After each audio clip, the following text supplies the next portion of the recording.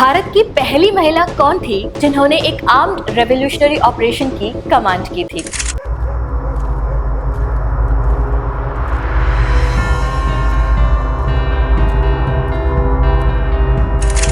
Trust me, वो कोई सेना की अधिकारी नहीं थी, कोई रानी नहीं थी और ना ही किसी बड़े राजनीतिक परिवार से ताल्लुक रखती थी।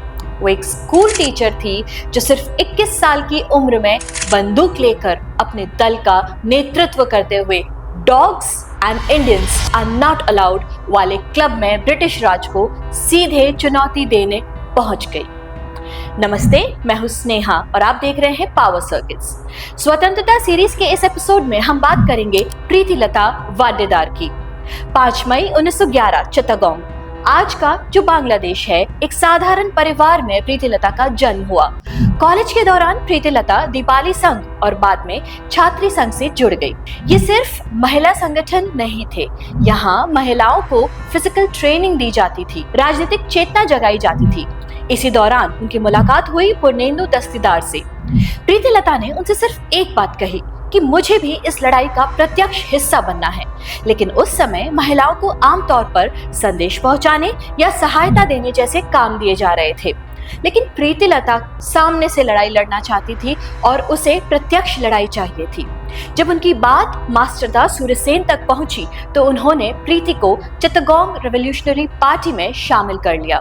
ढाल घाट के एक गुप्त स्थल पर मास्टरदा सूर्यसेन ने अपने साथियों के साथ एक बहुत महत्वपूर्ण बैठक की और इसी बैठक में एक ऐतिहासिक निर्णय लिया गया। सिर्फ 21 साल की प्रीतिलता वाडेदार को एक आर्म्ड रेवोल्यूशनरी ऑपरेशन की कमांड दी गई। निशाना था पहाड़तली यूरोपियन क्लब। ये वही क्लब था जहां ब्रिटिश अधिकारी इकट्ठा होते थे और इसी क्लब से dogs and Indians not allowed जैसे भेदभाव का प्रतीक जुड़ा हुआ है।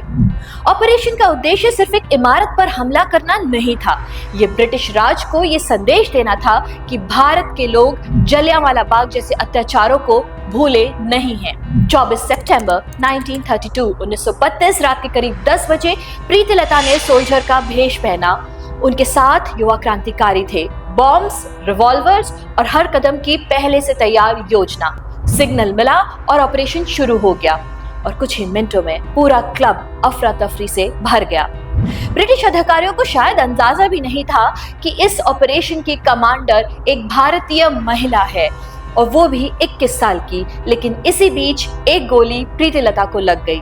उन्हें पता था अगर वो जिंदा पकड़ी गई तो न सिर्फ उन पर अत्याचार होगा बल्कि उनके साथियों और उनके पूरे क्रांतिकारी संगठन पर भी आंच आने की संभावना है। और ताकि ये सब ब्रिटिश हुकूमत के हाथ न लगे, इसलिए वो घर से निकलते वक्त ही अपने साथ पोटेशियम साइनाइड लेकर निकली थी। उन्होंने अपना रिवॉल्वर अपने एक साथी को सौंप दिया और साइनाइड खा लिया। सिर्फ 21 साल की उम्र में प्रीतिलता वाडेदार ने अपना जीवन भारत माता की स्वतंत्रता के नाम समर्पित कर दिया। स्वतंत्रता सीरीज के अगले एपिसोड में मिलेंगे शौर्य की एक ऐसी ही गाथा के साथ में और इस सीरीज को हमने खास तौर से डेडिकेट किया है महिलाओं के लिए। बहुत मुश्किल से मिली है ये आज़ादी, इसे संभाल के रखिएगा। जय हिंद, वंदे मातरम।